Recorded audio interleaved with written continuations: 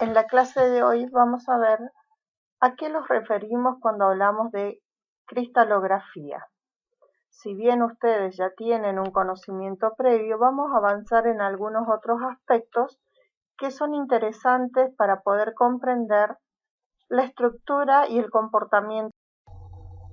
Al referirnos por cristalografía, estamos hablando de una ciencia que se dedica al estudio y la resolución de la estructura interna de los cristales, es decir, de las estructuras cristalinas.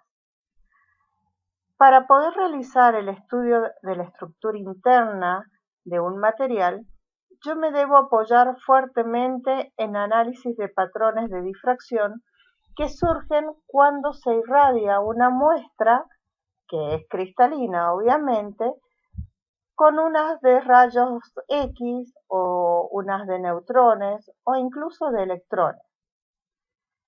Las estructuras cristalinas también se pueden estudiar por medio de microscopía electrónica. La más utilizada en esto es el TEM o microscopía electrónica de transmisión, ¿sí? Y el objetivo que vamos a tener nosotros es conocer la posición relativa de los átomos, los iones o las moléculas que lo constituyen. Y ver también cómo se repite esa estructura en el espacio y cuál es el empaquetamiento que tiene también, porque esto va a influir en las propiedades que vaya a tener dicho material. Es decir, que lo que me interesa es conocer la estructura tridimensional del material. Cuando hablamos de cristalografía lo podemos dividir en varios campos. Los que vamos a mencionar ahora son los más comunes o los más interesantes en lo que es el desarrollo de la estructura del material. Vamos a tener la cristalografía geométrica, que lo que hace es estudiar la forma externa que tiene el cristal y el hábito. Ya vamos a ver después en concreto a qué nos estamos refiriendo con estas palabras nuevas que van apareciendo. También tenemos la estructural, ¿sí? Que la cristalografía estructural me indica la disposición que van a tener los constituyentes de esa estructura cristalina, y estos pueden ser átomos, moléculas, iones.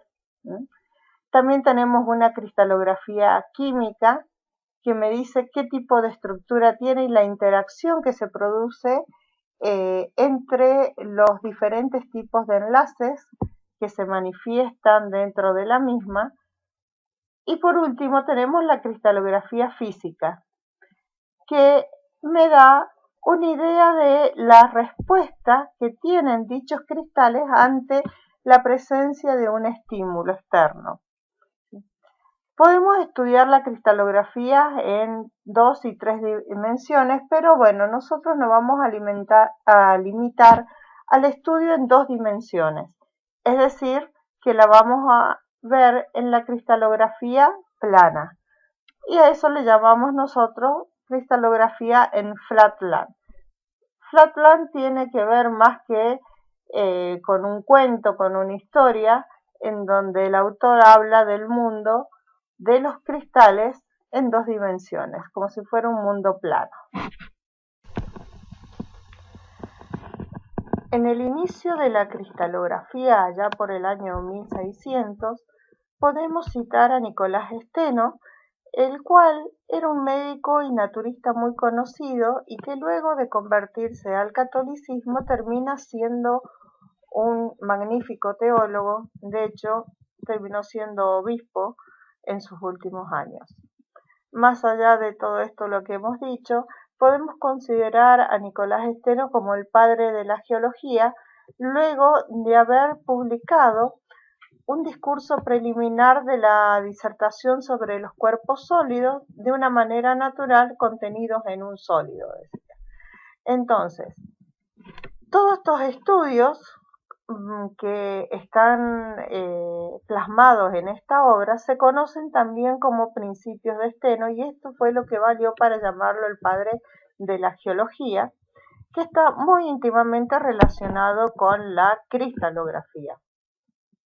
Y acá surgen los que son conocidos los principios de Steno. Si bien estos principios parecen tener sentido común, en su época fueron rechazados por la comunidad científica, ya que no estaban de acuerdo con todo este pensamiento innovador.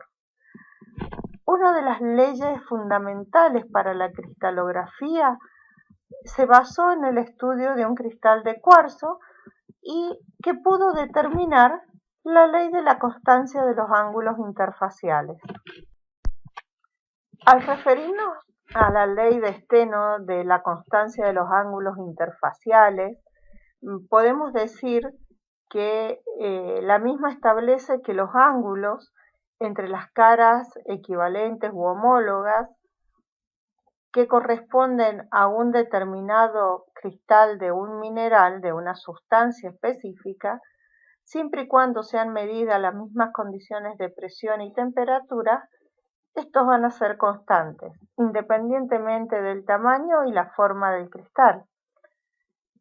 Hay que tener presente esto de la presión y la temperatura, ya que son dos factores que pueden modificar los ángulos interfaciales. Siguiendo con la evolución de los modelos cristalinos, podemos mencionar a Haugen, quien demostró que la forma cristalina externa, es decir, la morfología que tenía un mineral, era el reflejo del orden interno. Él esta experiencia y esta conclusión la sacó utilizando ciertos cristales prismáticos de calcita que cuando se le caen, ven que se rompían lo largo siempre de un mismo plano y que los ángulos se mantenían constantes. Entonces, él primeramente llega a la conclusión que todas las moléculas tenían la misma forma y que solo cuando se unían se producían diferentes estructuras. ¿Y a qué llevó esto a concluir? Se veía que todos los cristales crecían de una forma determinada. Por ejemplo, si eran cubos, iban a pertenecer a un sistema cúbico. Sin embargo, los cristales pertenecientes a este sistema, es decir, al cúbico, muchas veces no se desarrollaban en forma de cubo. Es decir, que su manifestación externa no era un cubo, ¿sí? Y la celda unidad podía apilarse en forma de octaedros, ¿sí? O de tetraedros u otro material, ¿sí? Pero yo era de acuerdo a la forma que podían ensamblar estos cristales. Entonces, si nosotros vamos a lo que es la experiencia del estudio morfológico de los cristales, podemos ver que muy ocasionalmente los cristales se desarrollan con la misma forma de la celda unidad, ya que van a influir muchas cosas, como por ejemplo el entorno, los factores físicos y químicos, las condiciones en que se produjo la cristalización, etc. Entonces, si bien podemos decir que la estructura interna del cristal era constante, la manifestación a veces era diferente, ¿sí? Sin embargo, era un reflejo del orden interno, es decir, cómo podían ensamblar perfectamente cada uno de los cristales formando distintas figuras geométricas o distintos cuerpos geométricos. La más común de ellas es el octaedro o tetraedro. Una de las leyes importantes que tiene la cristalografía es la ley de la racionalidad, que fue enunciada por Haugen.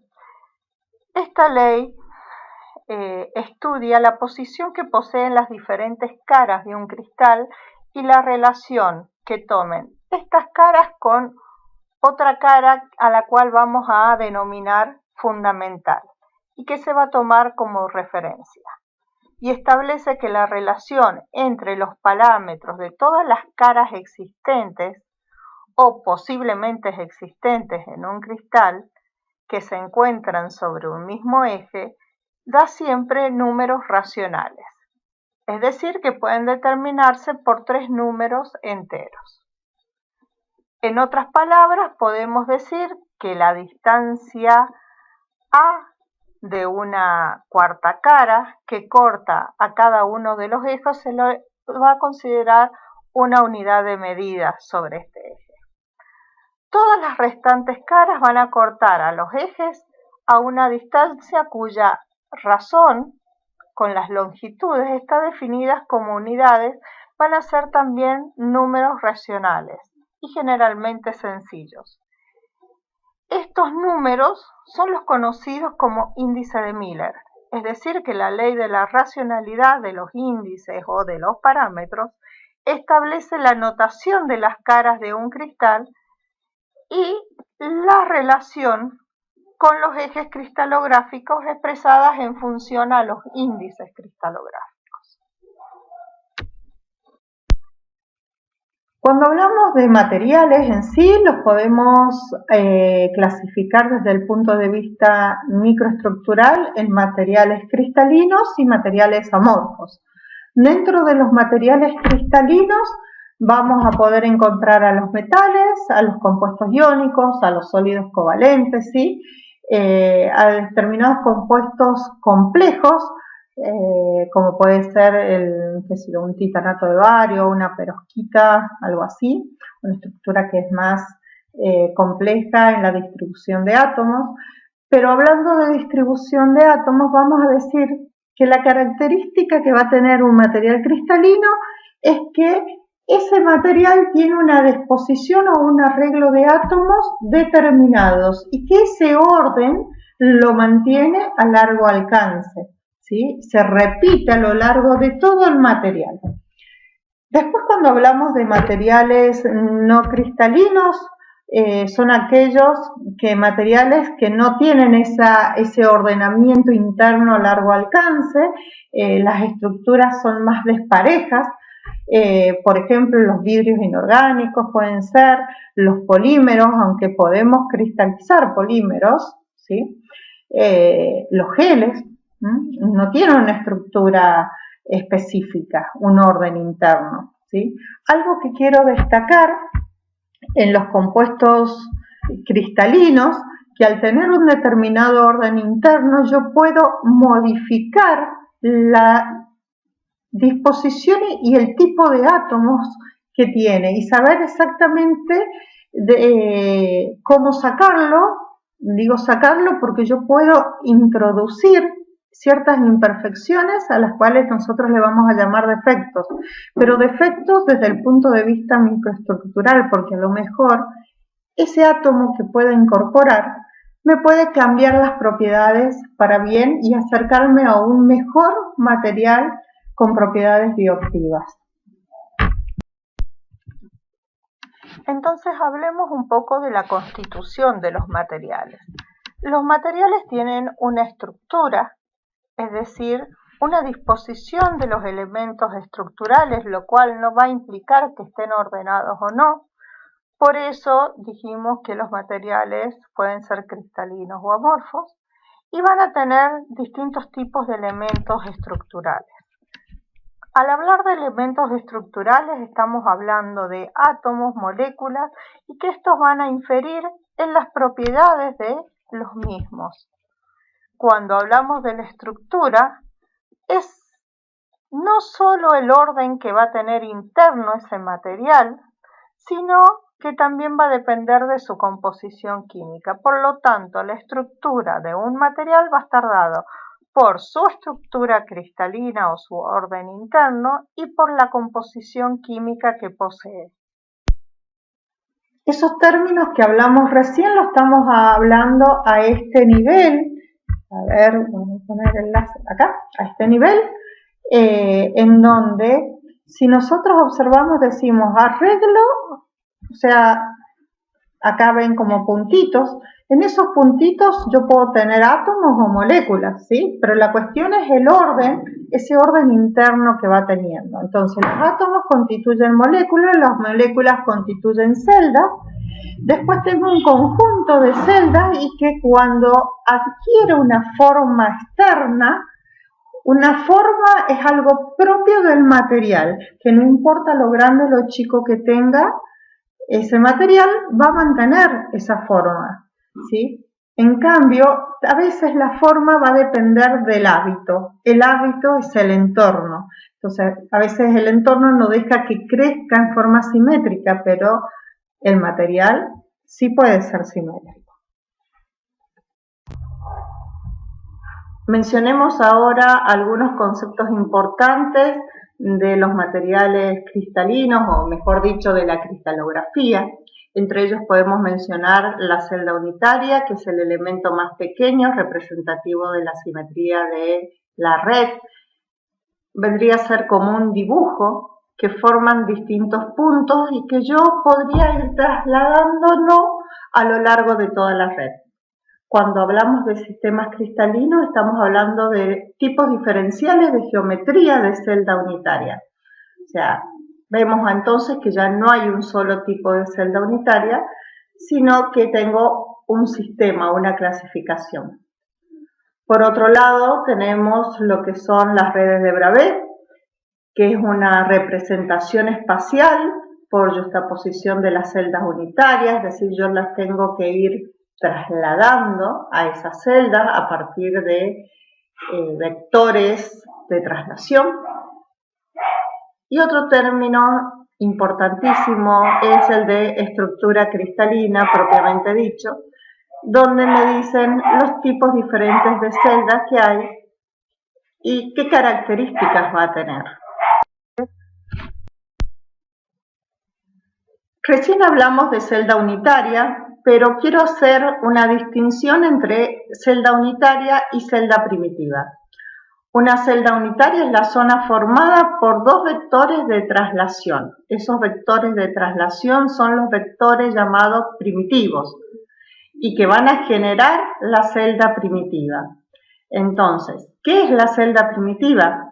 Cuando nos referimos a 3D, estamos hablando de un volumen que se puede desplazar usando esos vectores de traslación sin superponerse y sin dejar huecos de un lado a otro, en donde cada punto que va partiendo la celda se le va a llamar nodo, y esos nodos van a definir si son celdas primitivas o no. Cuando una celda tiene un solo nodo se llama celda primitiva.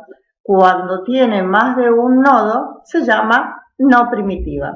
Entonces, algunas veces vemos que la celda unitaria no va a ser primitiva, por lo tanto ya puedo deducir que la celda primitiva en algunas veces es más pequeña que la celda unitaria. Fíjense en este dibujo que tenemos acá y veamos. Celda unidad. Si yo tomo, cada cuadradito de esto tiene un cuarto, un cuarto, un cuarto, un cuarto. 4 cuartos me forma 1, ¿sí? Es decir que tengo una unidad, un nodo. Esa es un nodo. Estas que están acá son celdas unitarias. Fíjense que celda unitaria que yo la puedo trasladar a lo largo de todo esto, ese rectángulo, yo lo traslado acá, no se superpone ni me deja huecos y mantengo el mismo patrón. Si yo tengo este rombo, también me puedo ir para arriba, para el costado y todo, el rombo se mantiene. Sin embargo, estas son celdas unitarias y esta va a ser la celda unidad que equivale a la celda primitiva. Tengo que tener en cuenta que la celda unitaria es la unidad más pequeña que puedo repetir o desplazar, como dijimos, en todas las direcciones para formar una red. A esa red ya le vamos a dar un nombre. ¿Y qué va a reflejar ese movimiento hacia arriba o hacia abajo, como vimos recién, de los rectángulos o el rombo?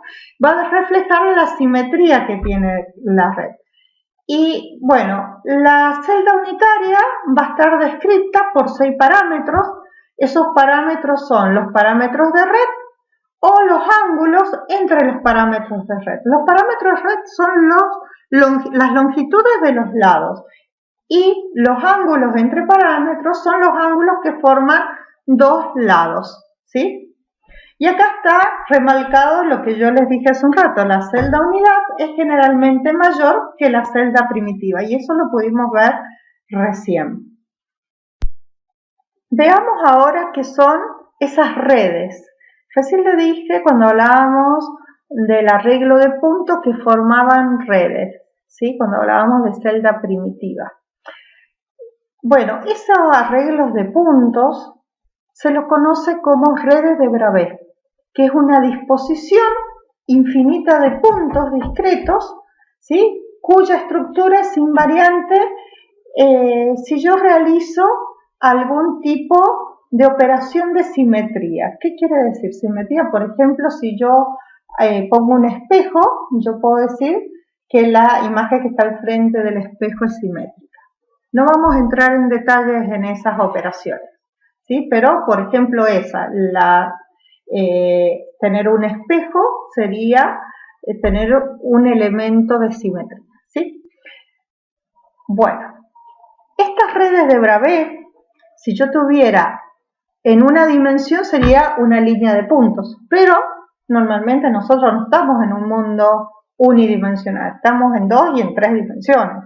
Entonces, en 2 dimensiones vamos a tener 5 tipos de arreglos de puntos diferentes, que son 5 tipos de redes de Bravais, que son las que tenemos nombradas acá. Es decir, la hexagonal, cuadrangular, rectangular centrada y oblicuo. Pero en 3 dimensiones voy a tener una dirección más, entonces voy a tener más redes. ¿Cuántas redes hay en 3 dimensiones? 14 redes de Bravais. Y esas 14 redes de Bravais, en función a su simetría, se las clasifica en 7 sistemas cristalinos. Algo que quiero hacer notar es que en esta red de Bravais o red de puntos, ¿sí?, vamos a tener distintos radiovectores que son vectores posición que me van a ubicar los átomos y que me va a servir para hacer la traslación de dichos puntos a lo largo de toda la red para ver que no se superpongan entre sí. Veamos un poquito más de detalles sobre las redes de Bravais, ¿sí? Dijimos que era un arreglo infinito de puntos, que yo podía ver el mismo entorno. Fíjense que dijimos que la celda primitiva estaba determinada por los vectores de traslación, estos 2 vectores, ¿sí? Estos 2 vectores, fíjense que yo acá tengo una celda primitiva, porque tengo un arreglo de puntos, un cuarto de ese circulito que ven, ¿sí? Acá sucede lo mismo, acá también. Esta que está acá no es primitiva, ¿sí? Puede llegar a ser una celda unitaria, pero no primitiva. ¿Por qué? Porque tengo un cuarto, tengo uno, pero acá adentro tengo otro, tengo 2 puntos. En este que está acá es una celda, ¿sí?, unitaria, pero no primitiva. ¿Por qué? Porque yo tengo más de un punto. Entonces, ante lo explicado previamente, podemos decir que las redes de Bravais son paralelepípedos que constituyen la menor subdivisión de una red cristalina, la cual conserva las características generales de toda la red. Y también tengo que tener en cuenta que por simple traslación puede reconstituirse el sólido cristalino en forma completa. Ahora, cabe una pregunta, que es: ¿cualquier arreglo periódico de puntos es una red de Bravais? Y aquí viene el dilema, porque no todo arreglo de puntos es una red de Bravais, sino que debe existir una invariancia al trasladar la red en un vector cualquiera que une a 2 puntos de la misma. Y aparte tengo que evaluar que el entorno idéntico sea a partir de cada punto. Es decir, que si yo me paro en un punto de la red, yo voy a tener un entorno idéntico en todas las direcciones.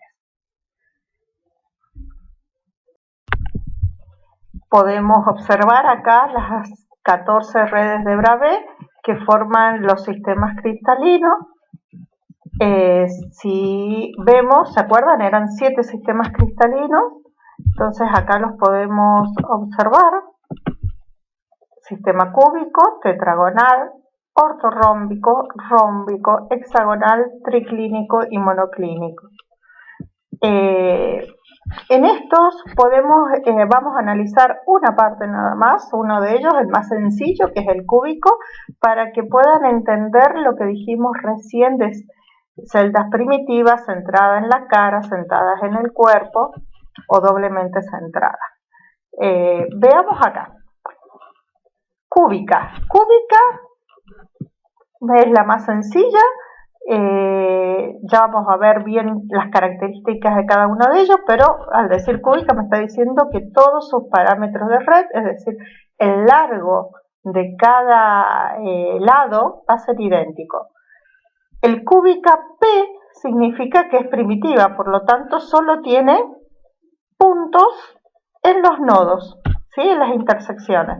Acá, si ven, hay 8 puntos porque es un cubo, y voy a tener un octavo adentro de cada uno, por lo tanto me va a formar una unidad. Acá tengo cúbica centrada en las caras, es la F. Fíjense, tiene los 4 puntos y en cada cara tengo un punto extra, ¿sí? Esta es cúbica centrada en el cuerpo, por eso es la I. Y tengo los puntos de los nodos, o sea, un octavo en cada punto, y tengo un punto más en el centro del cuerpo. Por eso se llama cúbica centrada en el cuerpo. Bueno, así como el cúbico tenemos, por ejemplo, el tetragonal, el ortorrómbico, monoclínico, romboédrico, hexagonal, y el menos simétrico de todos es el triclínico. El hexagonal es doblemente centrado, ¿sí? ¿Por qué? Porque yo tengo en los vértices y sí o sí tengo los dos puntos en dos caras centradas. Entonces, si yo quiero determinar la estructura cristalina que tiene un material, yo necesito ver qué posiciones van a tomar los átomos, moléculas o alguna entidad en esos nodos o en ese arreglo de puntos que forman la red de Bravais. Vamos a encontrar 4 tipos distintas de celdas. La más básica es la celda primitiva y la vamos a representar por P. Dijimos que tenían un solo punto de red en total, adentro de ese dibujo, ¿sí? Después vamos a decir centrada en las caras. ¿Qué quiere decir? Que cada cara va a tener un punto más, ¿sí? Aparte de los vértices, ¿no?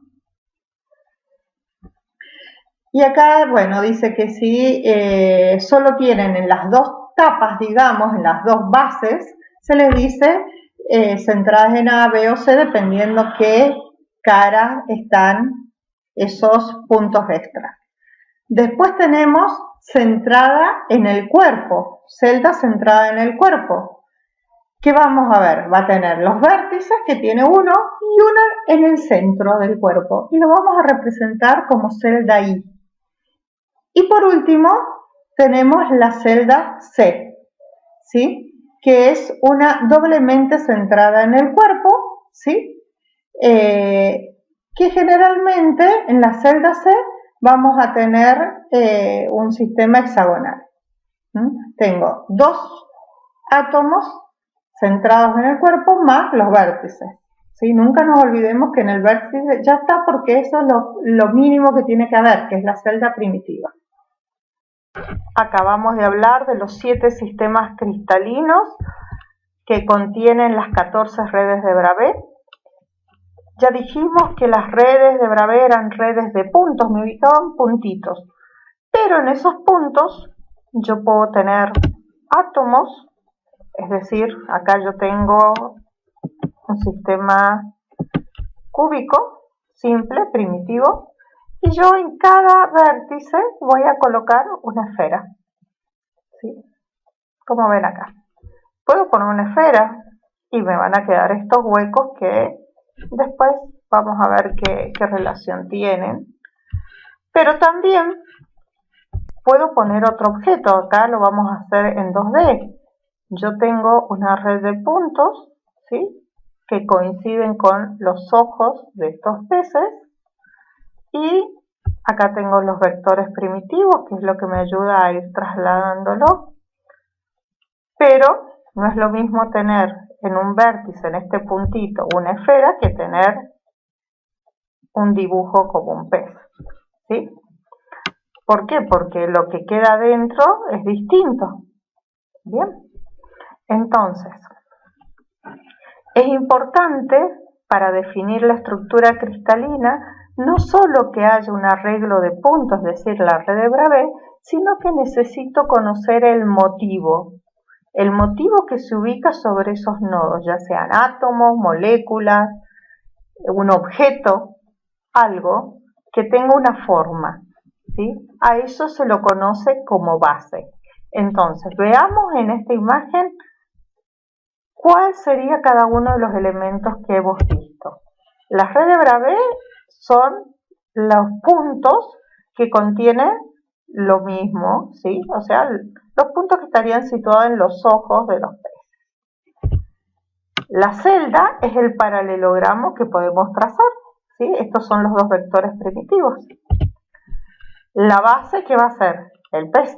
Es lo que se repite en todos lados y lo que está en cada punto. Y la estructura cristalina va a estar dada por la red más la base, ¿sí? Porque fíjense que tener una esfera es mucho más simétrico que tener de base un pez. Cuando empezamos a hablar de cristalografía, se mencionó la ley de la racionalidad y la ley de la constancia de los ángulos interfaciales. Ahora nos vamos a dedicar a la simetría, es decir, a la ley de la simetría, que establece que todos los cristales de una misma sustancia poseen los mismos elementos de simetría. Existen tres tipos de simetría posibles: la simetría del plano, la de la línea y la del centro. Debo tener también presente que cuando hablamos de simetría estamos dándole un significado exclusivamente geométrico, lo cual está indicando que existe una repetición de caras iguales o de periodicidad de objetos o de figuras.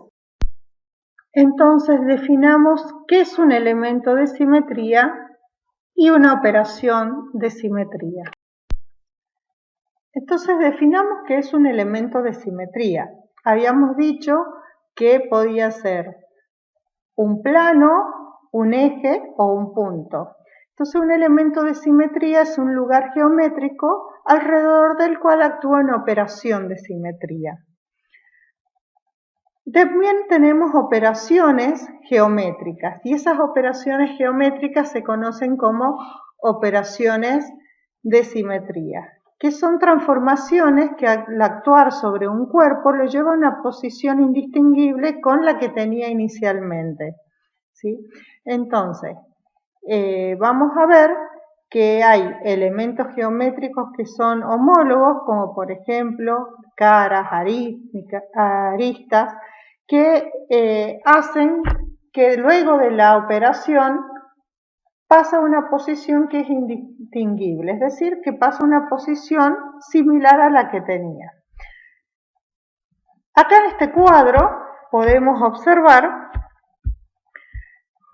los elementos de simetría, por ejemplo, un eje que le llamamos propio, que me indica una operación de rotación a través o alrededor de ese eje se produce la rotación, se lo simboliza con la letra N, ¿sí? Y ese N puede variar en distintos valores. Ya vamos a ver en qué. Los planos de simetría lo que me da es una reflexión, es como si fuera un espejo y se lo representa con la letra M. Un centro de simetría o ese punto de simetría me da la posibilidad de hacer una inversión. Y cuando yo tengo un eje impropio, yo voy a tener dos operaciones ya voy a tener una mezcla de operaciones, que es la rotación y la inversión. ¿Y cómo se representa? Igual que el eje propio, es decir, con la letra N, pero se le pone una rayita encima. Entonces, vamos a las operaciones de simetría. Recuerden que la simetría es una propiedad que hace que un objeto coincida con otro idéntico mediante un movimiento determinado, el cual lo llamamos operación de simetría. Entonces, vamos a clasificar las operaciones de simetría en dos grandes grupos. El primero de ellos son las operaciones básicas, que recién las estuvimos adelantando, nombrando, que es la traslación, la rotación, la reflexión y la inversión. Y también tenemos operaciones compuestas, es decir, que combinamos dos operaciones básicas para obtener una nueva operación. Puede ser rotación-traslación, rotación-inversión, traslación, reflexión o rotación-reflexión. Entonces veremos cada una de ellas a ver a qué me lleva. La primera operación de simetría que vamos a ver es la traslación, que es apreciable cuando se considera a escala atómica en relación a un motivo o a un grupo de átomos. Cuando lo analizo macroscópicamente, hace referencia a lo que es el estudio morfológico de un cristal. Entonces consideremos este punto que estamos viendo en la pantalla y que el mismo se va moviendo, se va repitiendo tanto horizontalmente como verticalmente. Entonces, ese patrón de puntos también lo puedo llevar a una base, es decir, a un motivo, como tenemos en este dibujo acá, que se repite ya sea en una dirección u otra. Otra operación de simetría simple o básica es la reflexión. La operación de reflexión origina elementos simétricos frente a un plano de simetría que actúa como si fuera un espejo, dando una imagen especular del motivo inicial. ¿Sí? Nosotros al plano especular dijimos que lo íbamos a representar con la letra M. ¿Sí? Entonces, podemos tener un solo plano especular o podemos tener varios, dependiendo del grado de simetría que tenga. ¿Cómo lo vamos a representar? Al plano lo vamos a representar gráficamente por una línea y que seguirá la dirección de acuerdo al cual se encuentra dicho plano. Acá podemos ver la imagen del Taj Mahal, que es completamente simétrica al plano especular que está en la mitad. ¿Sí? Es exactamente igual, a excepción de los árboles, el edificio, toda la construcción es simétrica. Así como vimos recién que existía un plano de reflexión en donde ambas partes eran imágenes especulares, también podemos ver, dependiendo del objeto que tenga, cuántos planos de simetría existen.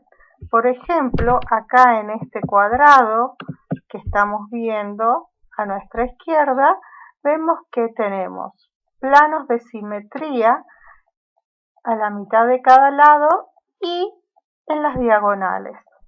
En el caso de un rectángulo solo existen dos planos de simetría. Acá podemos ver algo similar a lo visto en la diapositiva anterior, en donde tenemos nuestras manos, por ejemplo, que estamos mirando nuestras palmas, y si ponemos un espejo, vamos a ver que son imágenes especulares no superponibles. Si yo trato de superponer una a las otras, no las puedo superponer. Lo mismo sucede con estos compuestos orgánicos que vemos acá, que es un aminoácido.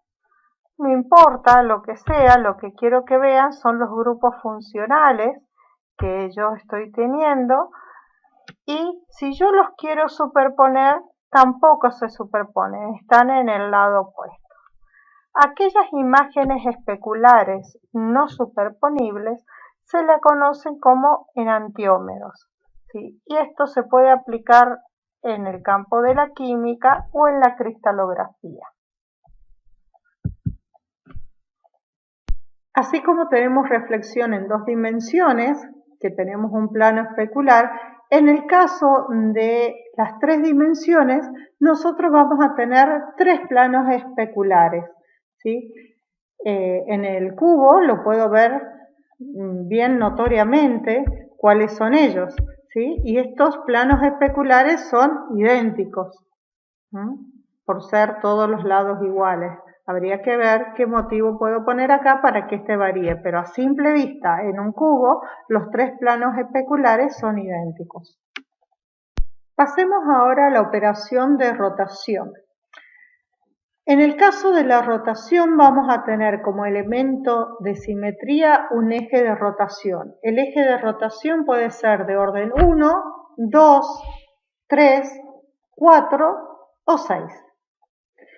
¿Y qué es lo que me está diciendo la operación de rotación? Que si yo hago un giro, en el primer caso si es de orden 1 de 360 grados, de orden 2 180, etcétera, alrededor de este y no hay cambio en la orientación o el arreglo de puntos que tengo, estoy frente a un eje de rotación de dicho orden, ¿sí?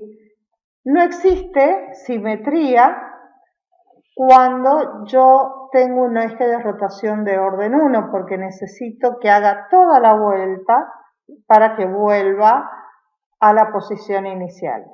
Y siempre vamos a marcar el símbolo perpendicular al plano en el cual se está manifestando ese elemento de simetría. Entonces, ¿qué tenemos? Acá un eje de rotación de orden 2. Fíjense que yo tengo que recorrer 180 grados para que yo pueda reproducir la misma imagen. Acá tengo un eje de rotación de orden 4, ¿sí? Para poder llegar. En 3D también se puede ver y analizar la operación de rotación, en donde yo voy a tener ejes homólogos a 2D, es decir, ejes de orden 1, 2, 3, 4 y 6, y vamos a tener en cuenta que la aplicación sucesiva de las transformaciones que correspondan a esa operación de simetría cierta cantidad de veces va a conducir a la transformación identidad, es decir, que va a conducir a la posición inicial que tenía el objeto, cristal o cuerpo. Como ejemplo de los ejes de rotación, podemos ver que cuando tengo una rotación de orden 1, yo necesito dar los 360 grados para volver a la posición equivalente o inicial.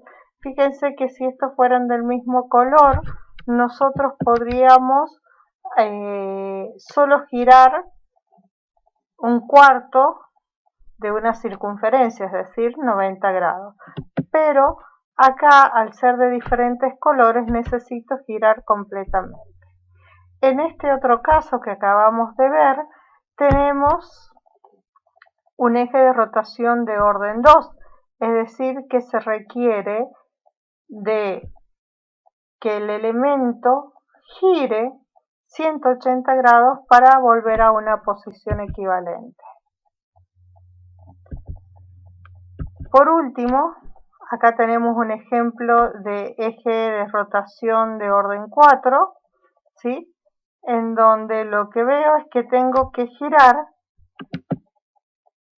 90 grados para llegar a una posición equivalente, ¿sí? Y puedo hacer una reflexión también. Con respecto a la operación de simetría de inversión, vamos a tener implícito la existencia de un centro de simetría de orden 2 más un plano especular, que esto me va a dar lugar a un centro de inversión, que está representado por el -1. En este caso vamos a ver que las coordenadas de un punto cualquiera son transformados en sus equivalentes opuestos. O sea, fíjense acá que lo que estoy haciendo es giro, ¿sí? 180 grados, y una vez que giro 180 grados hago una imagen especular.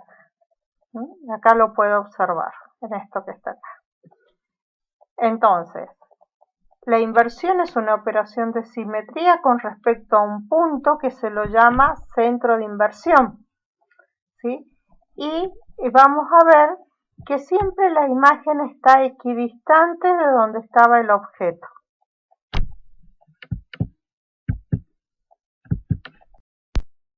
En la siguiente tabla podemos ver los símbolos que se utilizan en cristalografía para indicar tanto los elementos de simetría o las operaciones que vamos a tener. Ya hemos visto que con M se indica un plano de reflexión, un plano espejo, ¿sí? Pero cuando lo hacemos gráficamente lo indicamos con una línea recta, como lo habíamos visto representado con la imagen roja, ¿sí? Cuando yo pongo los símbolos A y B, estoy diciendo que son planos de deslizamiento axial. Lo mismo podría decir de C, pero cuando es A y B en el mismo plano que estoy tomando, yo voy a hacer una línea de trazos, y cuando lo tengo en un plano perpendicular yo voy a ver como puntitos. Con N voy a representar el plano de deslizamiento diagonal y gráficamente lo voy a indicar como punto y raya. Fíjense que cuando yo quiero indicar un desplazamiento tipo diamante, yo lo voy a indicar de esta forma, punto y raya, pero en las dos direcciones. ¿Qué es lo que me está indicando un desplazamiento de tipo diamante? Que se desplaza por las diagonales, ¿sí? Es un desplazamiento diagonal, pero a 3/4 y 1/4 de parámetro de red. En la parte 3 de cristalografía lo que vamos a ver son los grupos y las estructuras cristalinas, su notación y cómo se representan todos los elementos de simetría en las tablas cristalográficas. Las formas cristalinas se van a posicionar o se van a clasificar en función a los ejes cristalográficos. Cada sistema cristalino tiene sus propios ejes cristalográficos que tienen que cumplir ciertas condiciones y siempre se van a tomar o se van a considerar paralelos a las aristas de las caras cristalinas principales y teniendo en cuenta la relación axial que presentan en sus propios grupos. Entonces, así podemos clasificar a los grupos cristalinos en tres.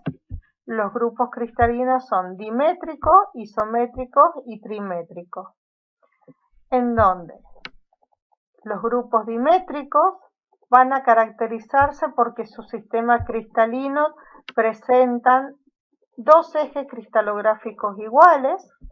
En los isométricos vamos a ver que los tres ejes cristalográficos son idénticos, por lo tanto los tres parámetros de red van a ser idénticos, y los trimétricos se van a caracterizar porque tienen tres ejes cristalográficos de diferente longitud, por lo tanto sus parámetros de red, tanto en X y Z, van a ser diferentes.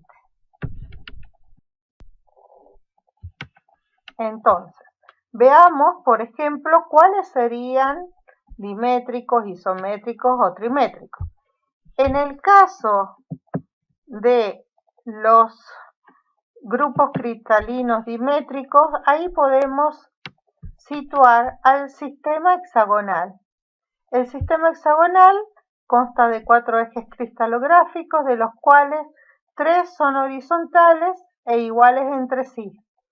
Y tiene uno que es vertical y es mayor que ellos, que vendría a ser el Z. Entonces, ese es dimétrico. Acá veo que tengo todos iguales menos 1. ¿Sí? El sistema tetragonal también es dimétrico. En el sistema este vamos a ver dos ejes horizontales idénticos, ¿sí?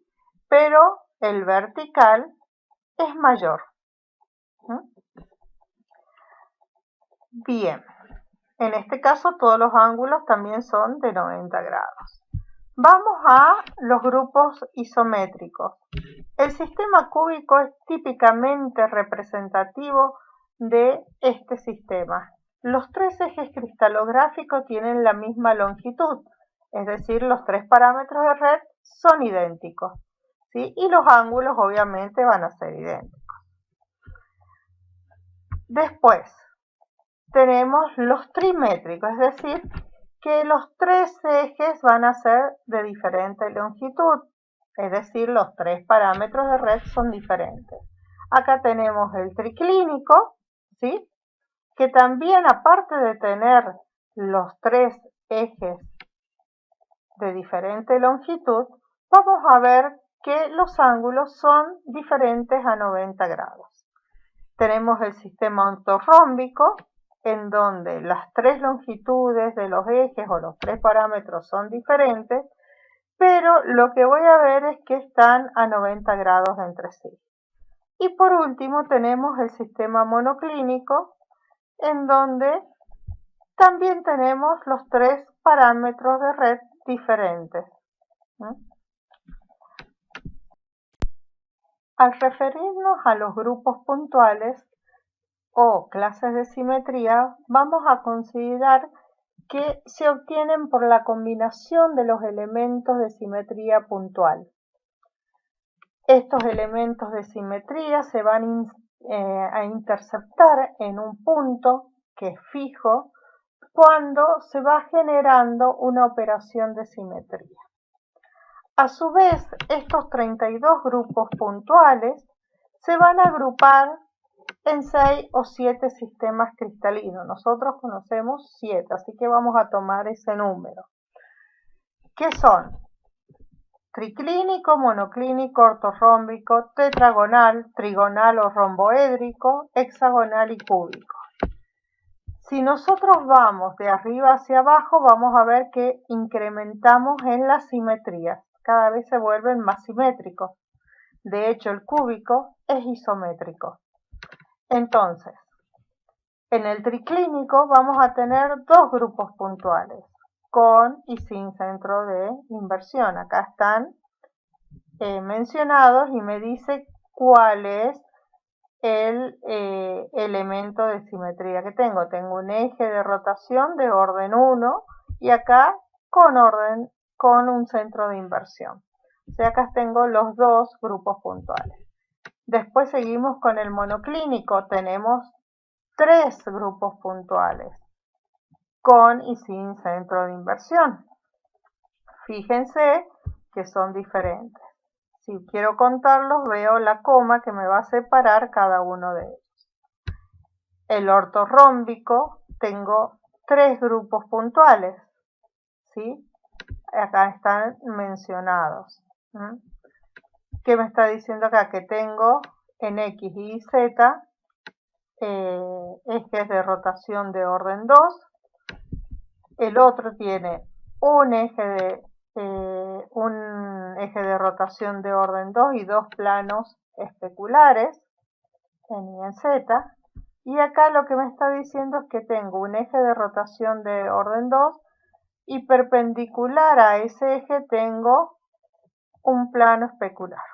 Y así sucesivamente. En una dirección, en la otra y en Z también. Bueno, sin seguir en detalles, quiero que vean que el tetragonal tenemos 7 grupos puntuales, que acá los podemos ver. En el trigonal o también ortorrómbico vamos a tener 5, 1, 2, 3, 4 y este es el quinto. En el hexagonal tenemos 7 grupos puntuales, y en el cúbico, que es el isométrico, tenemos 5. Quiero que después analicen qué significa, qué me está diciendo la nomenclatura que hemos mencionado acá para cada uno de ellos. No me lo tengo que aprender de memoria, pero sí leerlo.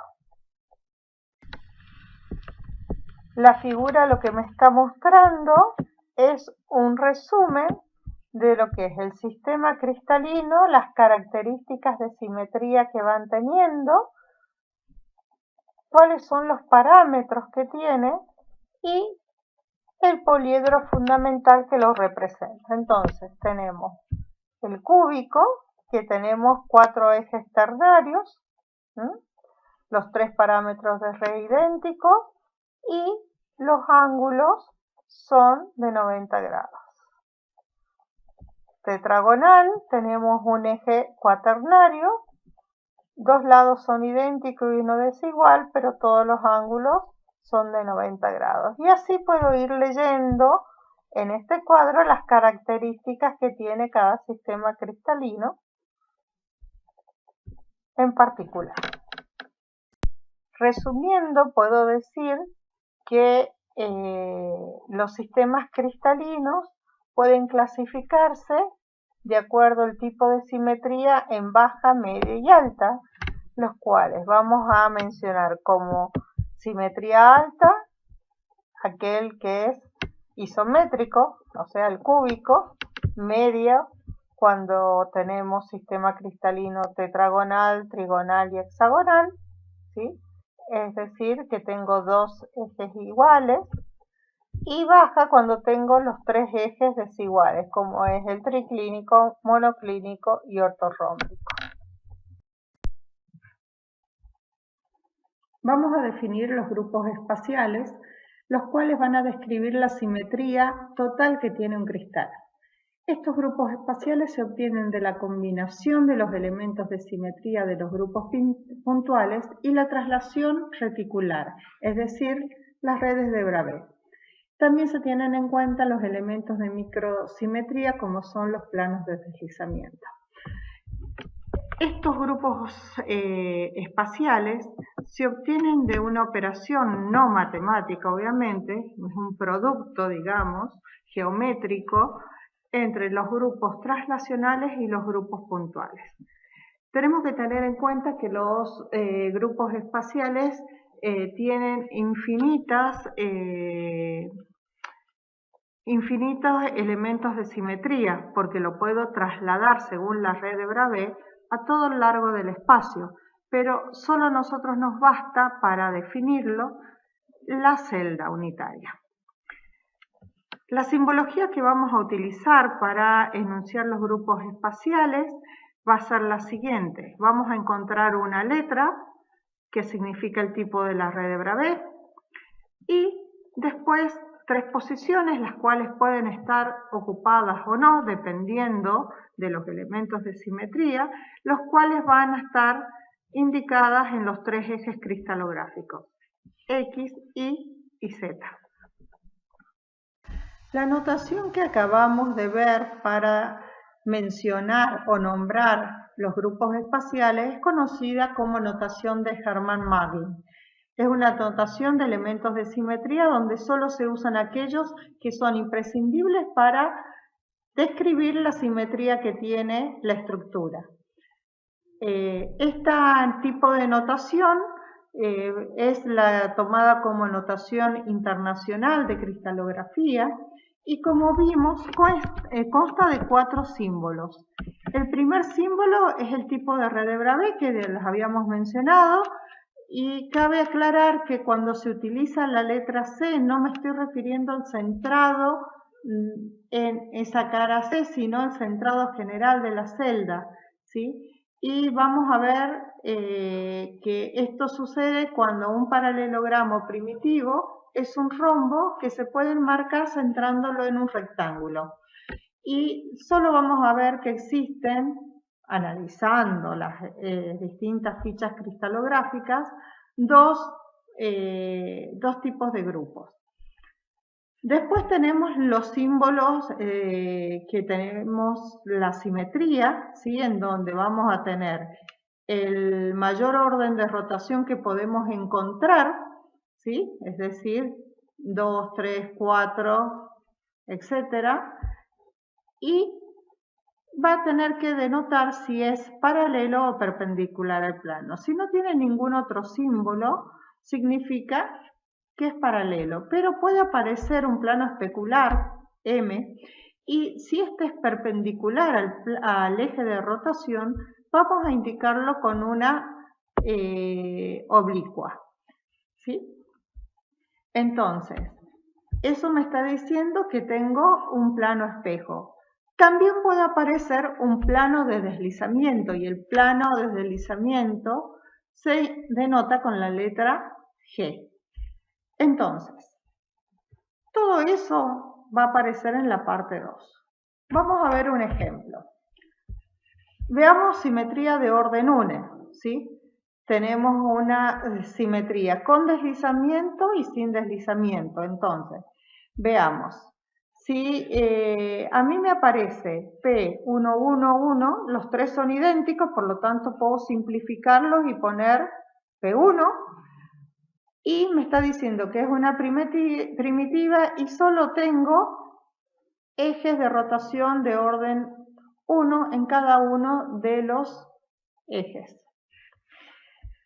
En este caso que está acá, P1, G1, que lo puedo denotar como PG, ¿qué me está diciendo? Que es una primitiva en donde tengo un eje de rotación de orden 1 y tengo un plano de deslizamiento. Acá, por ejemplo, tengo una primitiva, un eje de rotación de orden 1 y un plano especular paralelo al eje, en este caso, y lo puedo simplificar como PM. ¿Por qué no hace falta que lo denote de otra forma? Le ponga, aclare que es en el eje Y, porque es la única forma que yo puedo representar esta simetría. Y así puede suceder con todos los otros grupos. Cuando estamos hablando de elementos de microsimetría, nos estamos refiriendo a planos de deslizamiento, es decir, que existen planos que sufren una reflexión más una traslación en proporción a ese parámetro de red. El plano de deslizamiento se podrá realizar o estará presente en la dirección A, B, C, N o D, dependiendo si es diagonal o normal. Entonces, veamos el primer caso. Tengo un plano A, un plano de deslizamiento A, es decir, que yo tengo una reflexión y una traslación a medio parámetro de red, ¿sí? También puedo tener en otro plano B, ¿sí? Acá tenemos las simbologías en las distintas direcciones.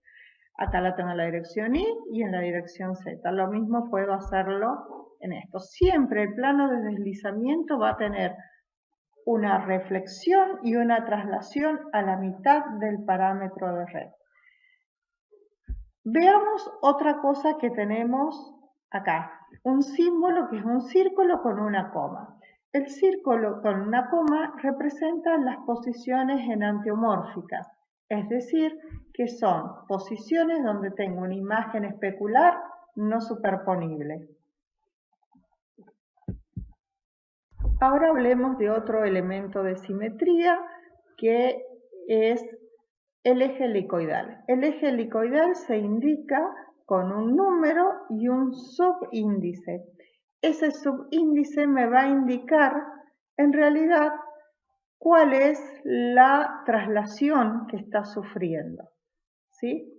Entonces, ¿qué vamos a ver acá? Vamos a ver que el eje helicoidal tiene una operación combinada de rotación de cierta cantidad de grados y una traslación a lo largo de ese eje.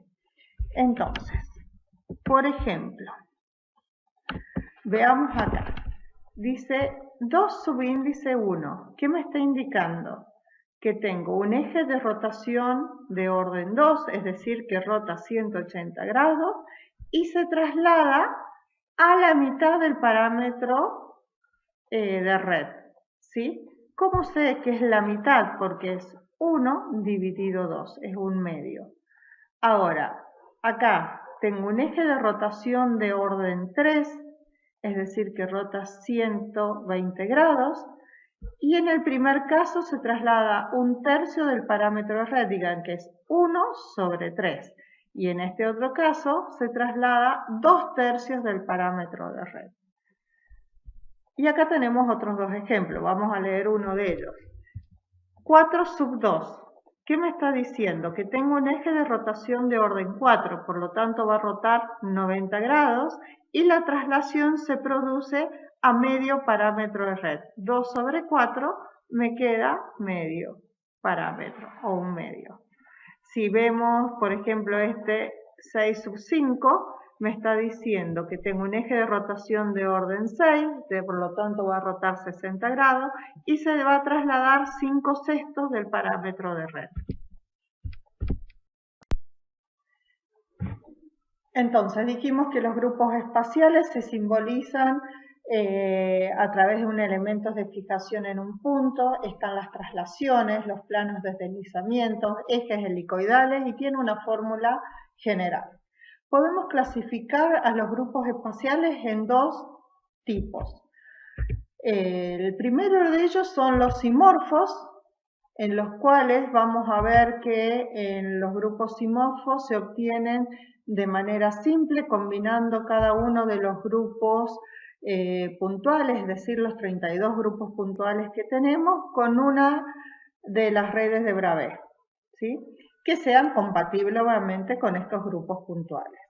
En los grupos no simorfos son aquellos en donde yo voy a combinar los grupos anteriores, es decir, los simorfos, con traslaciones múltiples en donde van a aparecer elementos de simetría con traslación asociadas no presentes en los grupos simorfos.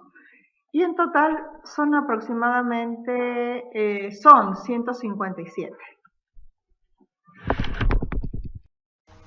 Todo esto que hemos mencionado durante la clase está reflejado en lo que se conoce como tablas internacionales de cristalografía. En estas tablas vamos a tener toda la información que se relaciona a la simetría de los 230 grupos espaciales. Y estas tablas van a contener una representación gráfica del grupo espacial, las posiciones equivalentes, ya sean generales o particulares, las simetrías de las posiciones, la multiplicidad, las coordenadas en cuáles están estos elementos de simetría y la notación de Wyckoff es una notación simplificada que se utiliza algunas veces. Ya vamos a ver a qué nos hacemos referencia cuando hablamos de posiciones equivalentes y simetría de posiciones. En las tablas cristalográficas van a aparecer cierta simbología y ciertos términos que me ayudan a ubicarme dentro de la estructura cristalina del material. Entre ellos podemos notar la posición general, la posición particular, la multiplicidad y la unidad simétrica. Entonces, tenemos que definir cada una de estas. En el caso de la posición general, vamos a decir que es un punto no situado sobre ningún elemento de simetría. Y al conjunto de puntos que derivan de las posiciones generales se las denomina sistema puntual regular de la posición general. Estos puntos son asimétricos, por lo tanto se le asigna el símbolo de la identidad, es decir, 1, porque no son equivalentes a sí mismos por el eje monario, es decir, el eje de orden 1. Después tenemos las posiciones particulares. Estas posiciones se ubican sobre los elementos de simetría.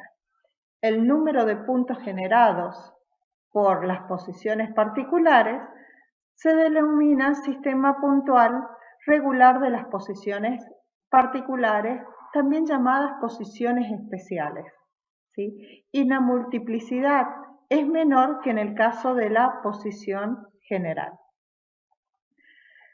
Cuando hablamos de multiplicidad, ya que lo hemos mencionado recién, hablamos del número de puntos del sistema puntual regular, ¿sí? Y por último tenemos la unidad simétrica. La unidad simétrica es una región fundamental en el espacio, ¿sí? Es una parte del espacio que no contiene ningún elemento de simetría y por aplicación de los elementos de los grupos espaciales se obtiene la celda elemental. Y esto es muy útil para poder interpretar y describir a la estructura cristalina. Veamos este ejemplo. Vamos a analizar qué dice la ficha cristalográfica del grupo espacial P2. Bueno, a simple vista estoy viendo P2, me está diciendo que es primitiva, que hay un eje de rotación de orden 2. Es lo que me dice. En las fichas cristalográficas nosotros vamos a encontrar dos tipos de diagramas. Uno que es el diagrama de las posiciones generales y otro un diagrama de las posiciones especiales o particulares que me indican los elementos de simetría. Acá dice que es un grupo del sistema monoclínico. Esto no hace falta que se lo sepan, pero me voy a dar cuenta que tiene muy poca simetría. P2 es una de las menores simetrías que hay, porque no hay planos especulares, ni hay algo aparte del eje de rotación de orden 2. Lo que me dice también son las posiciones de las coordenadas generales, es decir, donde no hay elementos de simetría, que puede ser cualquier valor de x y z, o menos x menos y menos z con multiplicidad de 2, ¿sí? Lo voy multiplicando por 2. Y las particulares están dadas para estos valores. 0, 0, z, 1 medio 0, z, 0, 1 medio z, 1 medio z. Vemos que todas las simetrías de la posición 2 no equivalentes entre sí y que tienen solo multiplicidad 1. Entonces, estas cosas son los datos que me pueden dar las tablas cristalográficas. Nosotros no tenemos que aprender a analizar toda la tabla, sino para ver qué posiciones puedo tener, qué multiplicidad y qué elementos de simetría hay. Hace un rato yo les dije que la simetría que iba a tener un sistema cristalino dependía de aquel que tuviera menor simetría, es decir, ya sea la base tuviera menor simetría o la red de puntos. Entonces, veamos acá. Yo tengo un motivo que son rombos, como podemos ver acá en las imágenes. Tengo varios rombos ubicados, evidentemente veo que es una red oblicua. Esa red oblicua la puedo ubicar en el P2, en el grupo P2, ¿sí? Sin embargo, el motivo es, al ser un rombo, es 2mm, es decir, que tiene un eje de rotación de orden 2 y dos planos especulares, ¿sí? Que pasan, en este caso, por las diagonales. Entonces, ¿quién va a tener la simetría menor? En este caso va a ser la red oblicua. Por lo tanto, es quién me va a dar la simetría máxima que va a tener ese grupo espacial cuando yo ya le puse la base. Por lo tanto, la simetría que va a tener este motivo va a ser el P2. Con esto damos por terminado la parte 1 de cristalografía, es decir, todos los conceptos necesarios para poder clasificar los sistemas cristalinos, y hay una bibliografía que ustedes las tienen disponibles en donde pueden ampliar este tema por si les van surgiendo dudas, que es el libro de Donaldson que habla de la introducción a la cristalografía.